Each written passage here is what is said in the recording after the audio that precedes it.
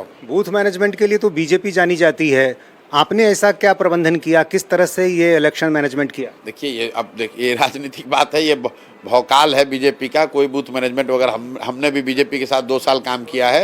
ये भौकाली बहुत है। सामने वाला आदमी कुछ नहीं करता है तो ये लोग उसको जीतने के बाद हल्ला मचा देते हैं कि हमारा ही सब बूथ मैनेजमेंट है।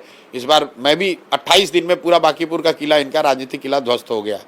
कहीं बूथ पर इनके लोग नहीं दिखे, और जबकि हम लोग के लोग हर जगह बूथ पर आपको दिखे होंगे, बैठे रहे, 5 बजे तक बैठे रहे। भाजपा का क्या है, ये बांकीपुर इसलिए जीत रहे थे क्योंकि लालू जी को कोई वोट दे नहीं सकता है, और इन्होंने हर गली मोहल्ले में 4-5 लुच्चे बदमाश ठगों को अपनी जिम्मेवारी दे रखी थी।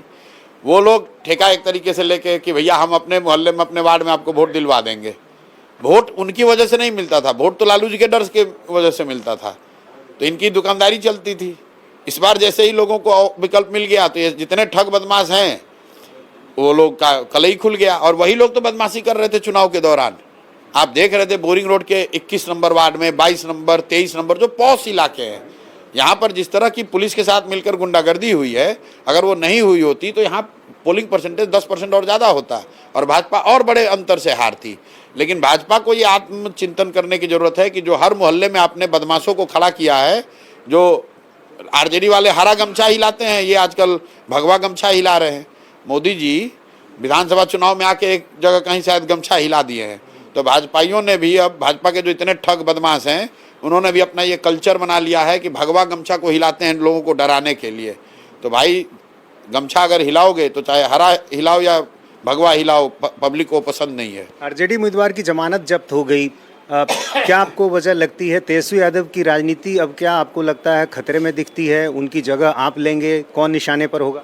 भाई आप चुनाव के दौरान 1 महीना यूरोप घूमिएगा तो राजनीति तो खतरे में आ ही जाएगी। राजनीति क्या, आपकी नौकरी खतरे में आ जाएगी।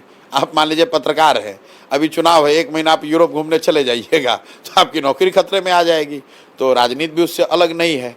कह रहे भाई आपको आप प्रशांत किशोर ने तो यूरोप भेजा नहीं था, भाजपा वालों ने भेजा हो तो मैं जानता नहीं हूँ, वो उनको बताना चाहिए। ईडी सीबीआई ने अगर भेजा था तो वो बता दें कि क्यों यूरोप गए थे। भाई आप 1 महीना रहते, आप संघर्ष करते, आप भी लोगों के बीच में जाते। लेकिन ये क्या है, ये तो जमींदारी वाली बात है कि मैं आऊँगा, एक दिन सबको हाथ हिलाऊंगा और सारा यादव हमको दे देंगे, सारे मुसलमान हमको दे देंगे। उस तरह की राजनीति ये लोग करते हैं। कई लोगों को ये भी लग रहा है कि अगले चुनाव में प्रशांत किशोर कांग्रेस के साथ जा सकते हैं, एक मजबूत विकल्प यहाँ खड़ा करने की कोशिश कर सकते हैं। क्या इसकी कोई संभावना? हम अपने साथ, अपने विचार के साथ हैं, अपने इस प्रयास के साथ हैं जहां मैं बिहार में तरक्की चाहता हूं। कांग्रेस ने यहाँ 40 वर्ष राज किया है, क्या किया है उन्होंने? जो बिहार में जंगल राज 15 साल चला, उसमें एक बड़े समय कालखंड में कांग्रेस ही तो हिस्सेदार थी।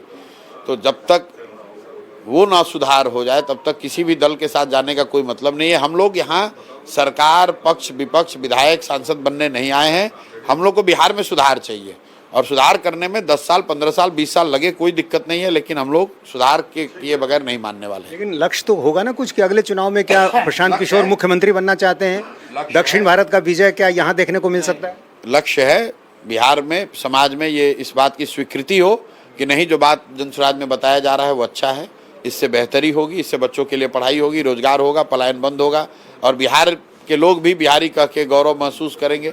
ये स्थिति पैदा की जा सकती है। सम्राट चौधरी के इस्तीफे को लेकर, उनके चेहरे को बदले जाने को लेकर आपने चुनाव प्रचार में काफ़ी बातें कही, लेकिन एक चुनाव का नतीजा आखिर क्यों किसी दल को मजबूर करे कि वो मुख्यमंत्री बदल दे? भाई न करे तो अगला चुनाव फिर हारे। ये तो उनको निर्णय लेना है कि जब आप अपना सबसे मजबूत सीट पे चुनाव हार जाते हैं, इसके बावजूद अगर आप उसी नीति के साथ आगे बढ़िएगा, फिर वही कहिएगा कि हम कुत्ता बिल्ली को भी खड़ा करेंगे तो जीत जाएगा, वही सम्राट चौधरी के नाम पर जाइएगा, वही इन अपराध और अपराधी इनकाउंटर की राजनीति कीजिएगा, तो अगला चुनाव फिर होगा, वो उसमें फिर हारिएगा।